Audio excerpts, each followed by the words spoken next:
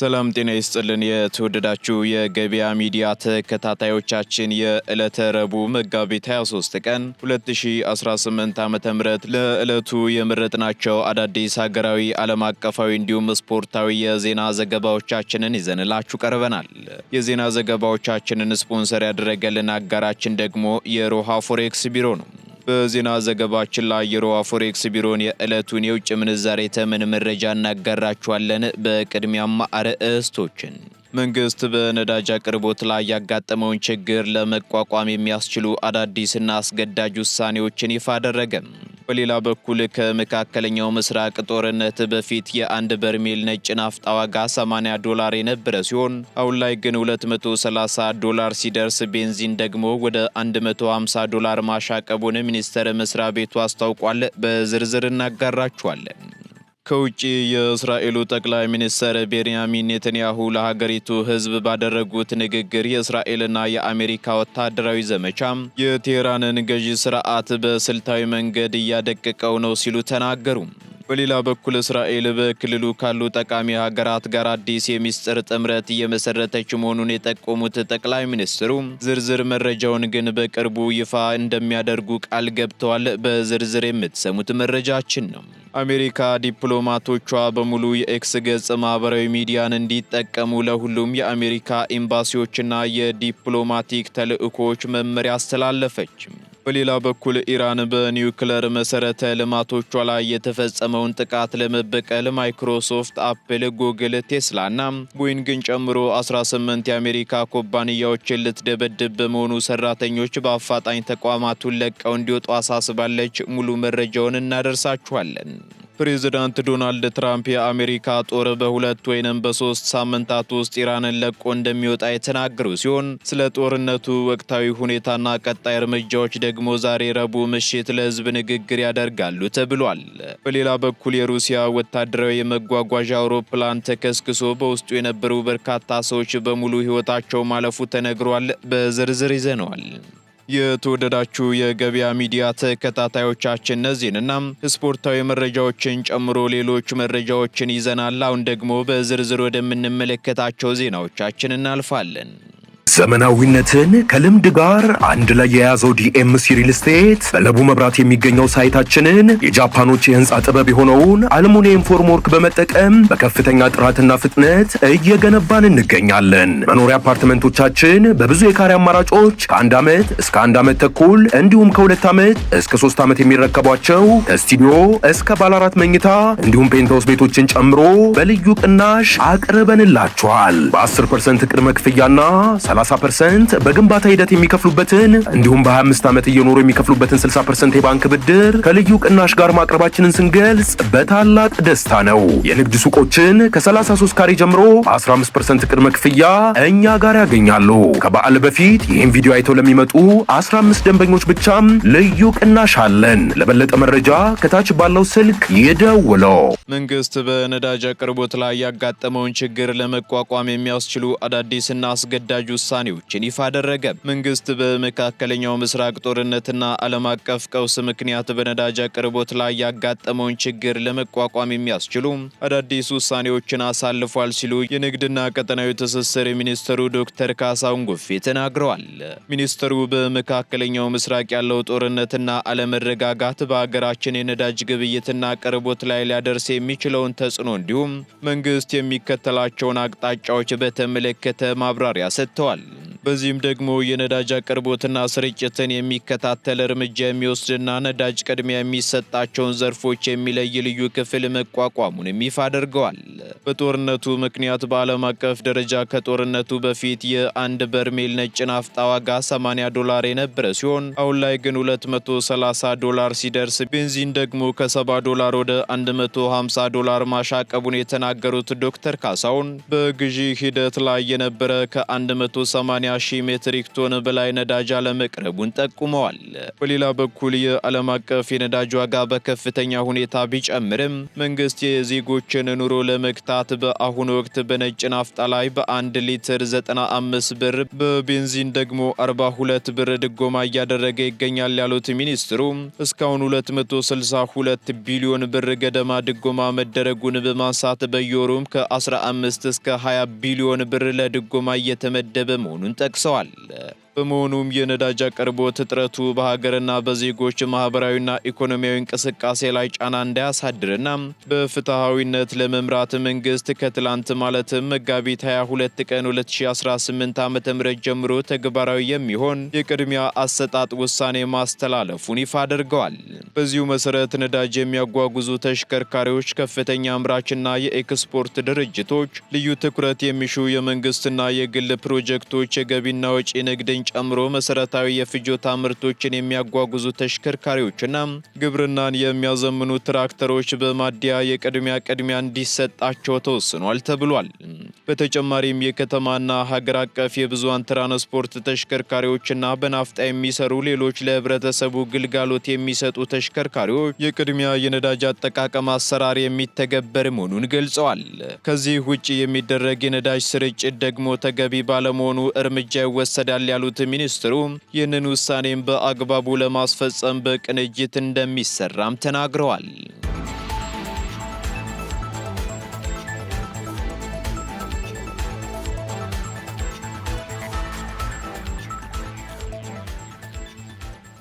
ወደ ባህር ማዶ መረጃዎቻችን ስንሸጋገር አሜሪካ ዲፕሎማቶቿ ተቃራኒ የሆኑ ፕሮፓጋንዳዎችን ለመዋጋት የኤክስ ገጽ ማህበራዊ ሚዲያን እንዲጠቀሙ አሳሰበች። የአሜሪካ የውጭ ጉዳይ ሚኒስትር ማርኮ ሩቢዮ የአሜሪካ ዲፕሎማቶች የአገሪቱን ብሔራዊ ጥቅም የሚቃወሙ ጸረ አሜሪካ ፕሮፓጋንዳዎችን ለመመከት የኤክስ ገጽ ወይንም የቀድሞ ትዊተር የማህበራዊ ሚዲያ መድረክን በስፋት እንዲጠቀሙ አሳስበዋል።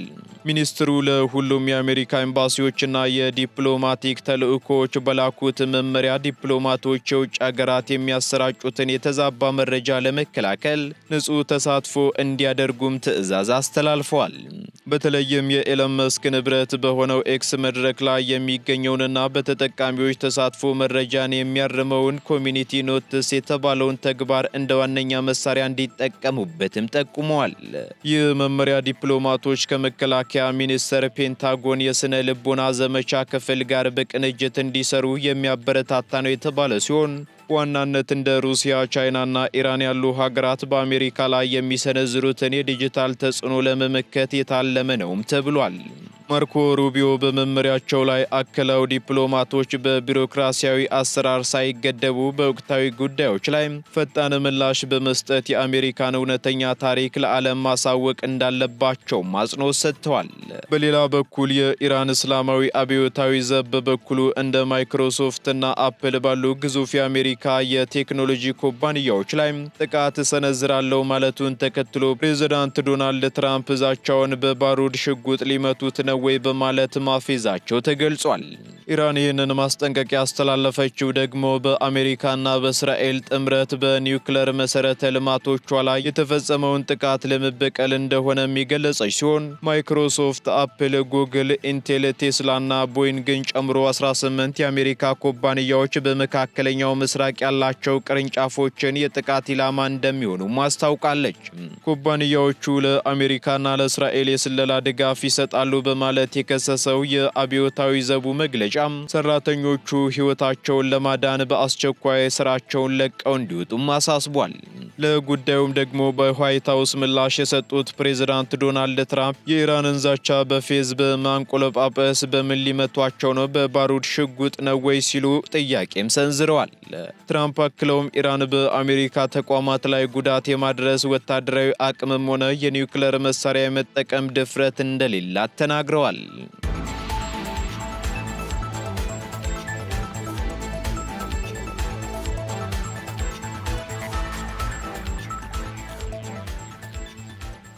ጠቅላይ ሚኒስትር ቤንያሚን ኔታንያሁ የእስራኤልና የአሜሪካ ዘመቻ ኢራንን እያደቀቃት በመሆኑ የገዢው ስርዓት ይወድቃል አሉ። የእስራኤሉ ጠቅላይ ሚኒስትር ቤንያሚን ኔታንያሁ ትላንት ምሽት ለሀገሪቱ ሕዝብ ባደረጉት ንግግር እስራኤል ከአሜሪካ ጋር በመተባበር በኢራን ላይ የከፈቱት ወታደራዊ ዘመቻ የቴሄራንን ገዢ ስርዓት በስልታዊ መንገድ እያደቀቀው ነው ሲሉ ተደምጠዋል። ኔታንያሁ አክለውም ኦፕሬሽን ሮሪንግ ላዮን ተብሎ የሚጠራውና አንድ ወር ያስቆጠረው ይህ የጋራ ዘመቻም ለበርካታ አስርት ዓመታት ቀጠናውን ሲያውክ የነበረውን የኢራን ወታደራዊና የኒውክለር መሠረተ ልማት ክፉኛ ጎድቶታል ብለዋል። ጠቅላይ ሚኒስትሩ በንግግራቸው ወቅት መጪውን የፋሲካ በዓል ምክንያት በማድረግም እስራኤል በኢራንና በተላላኪዎቿ ላይ 10 መቅሰፍቶችን አውርዳለች ብለው እነዚህም ደግሞ በጋዛ የሚገኘው ሐማስ፣ በሊባኖስ የሚገኘው ሂዝቦላ፣ በሶሪያ የሚገኘው የአሳድ መንግስትና በየመን የሚገኙት ሁቲዎች ላይ የተሰነዘሩ ጥቃቶችን ይጨምራሉ ሲሉ ተናግረዋል። በራሷ በኢራን ላይ ደግሞ የኒውክለር ጣቢያዎቿን፣ ሚሳኤል ማምረቻዎቿንና የገዢው ስርዓት ቁልፍ መሠረተ ልማቶችን ኢላማ ያደረጉ 5 ዋና ዋና ጥቃቶች መፈጸማቸውን ጠቁመዋል።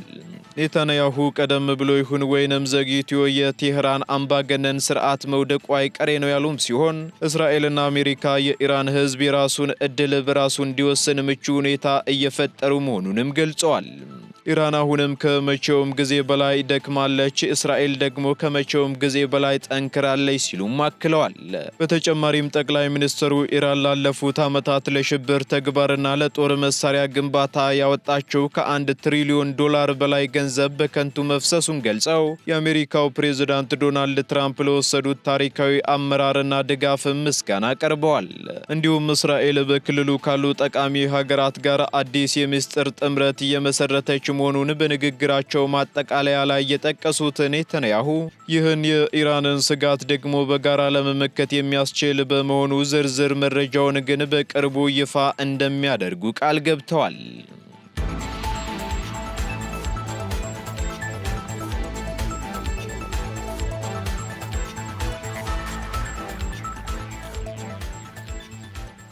ፕሬዝዳንት ዶናልድ ትራምፕ የአሜሪካ ጦር በ2 ወይም በ3 ሳምንታት ውስጥ ኢራንን ለቆ እንደሚወጣ አስታወቁ። የአሜሪካው ፕሬዝዳንት ዶናልድ ትራምፕ በኢራን ላይ እየተካሄደ ያለው ወታደራዊ ዘመቻ በ2 ወይም በ3 ሳምንታት ውስጥ ሊጠናቀቅ እንደሚችል በሰጡት መግለጫ አስታውቀዋል። ፕሬዝዳንቱ በዋይት ሃውስ ኦቫል ቢሮ ለጋዜጠኞች በሰጡት መግለጫ የአሜሪካ ጦር ቀጠናውን በጣም በቅርቡ ለቆ ይወጣል ሲሉ ተደምጠዋል።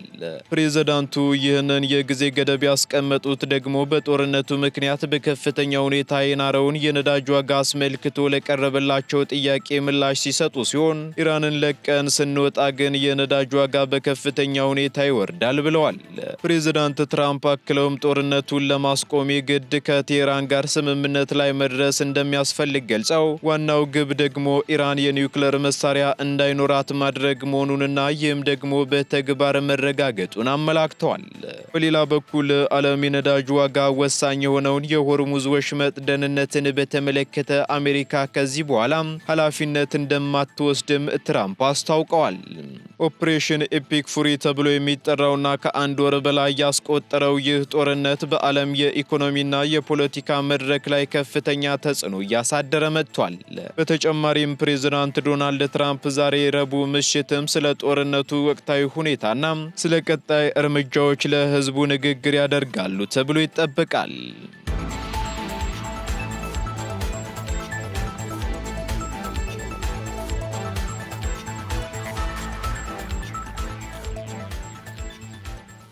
የሩሲያ ወታደራዊ የመጓጓዣ አውሮፕላን ተከስክሶ በውስጡ የነበሩ ሁሉም ሰዎች ሕይወታቸው ማለፉ ተነገረ።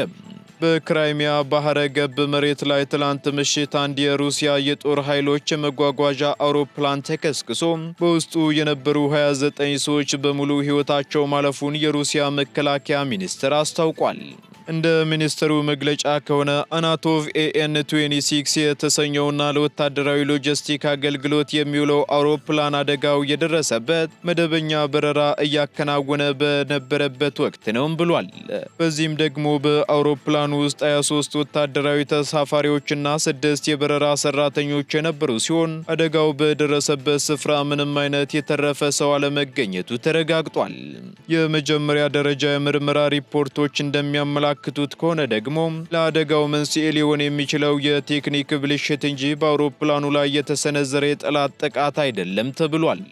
አውሮፕላኑ መሬት ከመንካቱ በፊትም በራዳር እይታ ውስጥ እንደነበረና ድንገት ግንኙነቱ መቋረጡም ተነግሯል።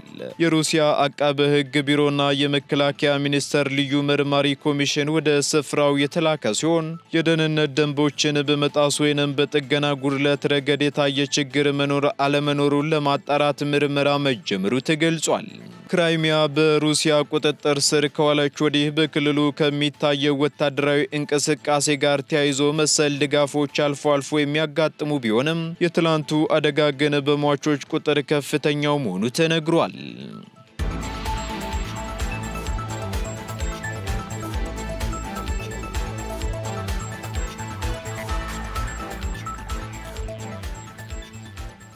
ቀጥለናል ውድ ተከታታዮቻችን። አሁን ደግሞ ወደ ስፖርታዊ መረጃዎቻችን የምንሸጋገር ሲሆን ስፖርታዊ መረጃዎቻችንን መኮንን አለማው ይዞልናል። ተከታትለን እንመለስ። አመሰግናለሁ መላኩ። እንደምን ዋላችሁ ውድ የገበያ ሚዲያ ቤተሰቦቻችን፣ መኮንን አልማው ነኝ። በቀጥታ ወደ ስፖርታዊ ዘገባዎች አመራለሁ። የሀገር ውስጥ ስፖርታዊ መረጃዎችንም ቀዳሚ ያደርጋለሁ። የ2027 የአፍሪካ ዋንጫ የቅድመ ማጣሪያ ውድድር ትላንት በተደረጉ ጨዋታዎች ተጠናቋል። የቅድመ ማጣሪያ ውድድሩን የተሻገሩ ሀገራትም ተለይተው ታውቋል።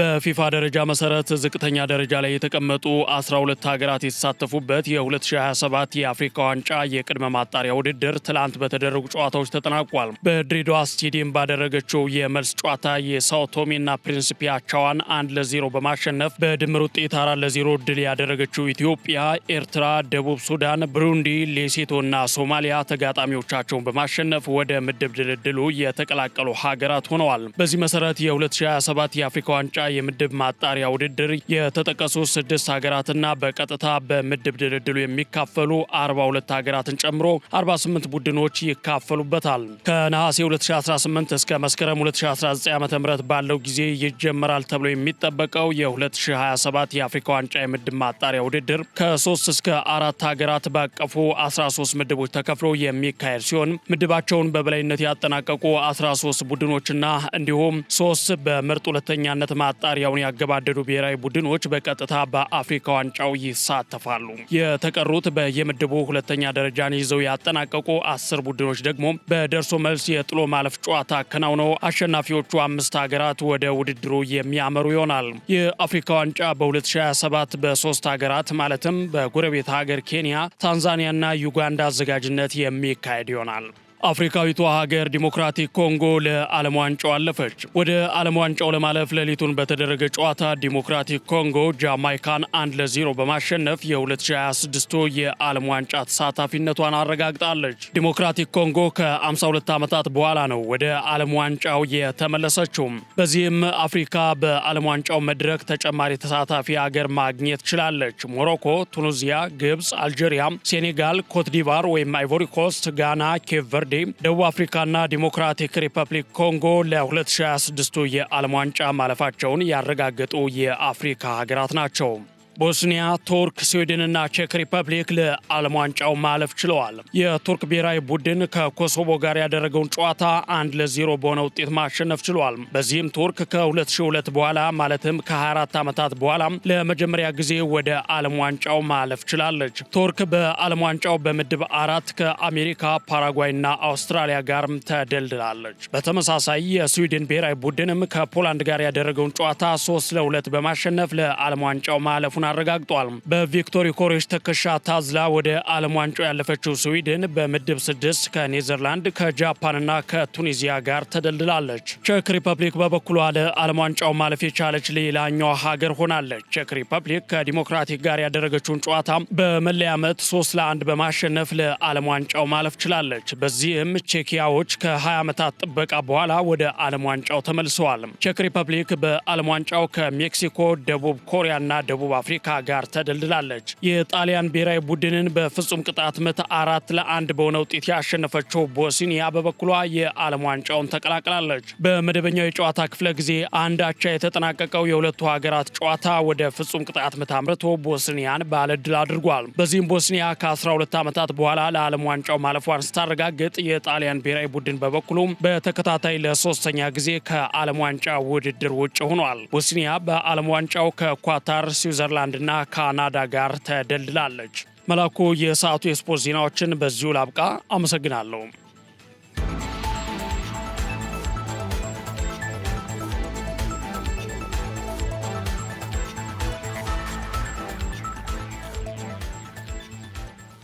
ከስፖርታዊ መረጃዎች ተመልሰናል። ውድ ተከታታዮቻችን፣ በመጨረሻም የሮሃ ፎሬክስ ቢሮን የዕለቱን የውጭ ምንዛሬ ተመን መረጃ እናጋራችኋለን። በዚህም አንድ የአሜሪካ ዶላር 177 ብር ከ52 ሳንቲም እየተገዛ 181 ብር ከ7 ሳንቲም እየተሸጠ ይገኛል። ፓውንድ ስተርሊንግ 231 ብር ከ51 ሳንቲም እየተገዛ 236 ብር ከ14 ሳንቲም እየተሸጠ ይገኛል። ዩሮ ደግሞ 201 ብር ከ20 ሳንቲም መግዣው ሲሆን መሸጫው ደግሞ 205 ብር ከ22 ሳንቲም ሆኗል። ስዊስ ፍራንክ 221 ብር ከ2 ሳንቲም እየተገዛ 225 ብር ከ44 ሳንቲም እየተሸጠ ይገኛል። የተባበሩት አረብ ኤምሬት ድራም ደግሞ 47 ብር ከ33 ሳንቲም መግዣው ሲሆን መሸጫው ደግሞ 48 ብር ከ27 ሳንቲም ሆኗል። የሳውዲ ሪያል 46 ብር ከ18 ሳንቲም እየተገዛ 47 ብር ከ10 ሳንቲም እየተሸጠ ይገኛል። የቻይናው ዩዋን ደግሞ 24 ብር ከ1 ሳንቲም እየተገዛ 24 ብር ከ49 ሳንቲም እየተሸጠ ይገኛል።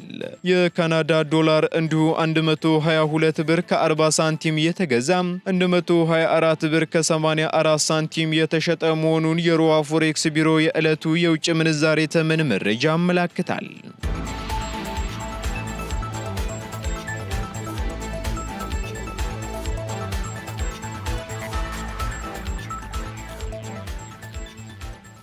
የተወደዳችሁ የገበያ ሚዲያ ተከታታዮቻችን ለዕለቱ ያዝንላችሁ መረጃዎቻችን እነዚህን ይመስሉ ነበር። እንዲሁም ስፖርታዊ መረጃዎችን ጨምሮ ኢኮኖሚያዊ፣ ማህበራዊና ፖለቲካዊ መረጃዎቻችንን ለማግኘት ታዲያም የገበያ ሚዲያን እንድትወዳጁ እንጋብዛለን። ሰናይ ጊዜን ተመኘን። ዘመናዊነትን ከልምድ ጋር አንድ ላይ የያዘው ዲኤምሲ ሪል ስቴት በለቡ መብራት የሚገኘው ሳይታችንን የጃፓኖች የህንፃ ጥበብ የሆነውን አልሙኒየም ፎርምወርክ በመጠቀም በከፍተኛ ጥራትና ፍጥነት እየገነባን እንገኛለን። መኖሪያ አፓርትመንቶቻችን በብዙ የካሬ አማራጮች ከ1 ዓመት እስከ 1 ዓመት ተኩል እንዲሁም ከ2 ዓመት እስከ 3 ዓመት የሚረከቧቸው ከስቱዲዮ እስከ ባለ 4 መኝታ እንዲሁም ፔንትሃውስ ቤቶችን ጨምሮ በልዩ ቅናሽ አቅርበንላችኋል። በ10% ቅድመ ክፍያና 30% በግንባታ ሂደት የሚከፍሉበትን እንዲሁም በ25 ዓመት እየኖሩ የሚከፍሉበትን 60% የባንክ ብድር ከልዩ ቅናሽ ጋር ማቅረባችንን ስንገልጽ በታላቅ ደስታ ነው። የንግድ ሱቆችን ከ33 ካሬ ጀምሮ 15% ቅድመ ክፍያ እኛ ጋር ያገኛሉ። ከበዓል በፊት ይህን ቪዲዮ አይተው ለሚመጡ 15 ደንበኞች ብቻም ልዩ ቅናሽ አለን። ለበለጠ መረጃ ከታች ባለው ስልክ ይደውሉ።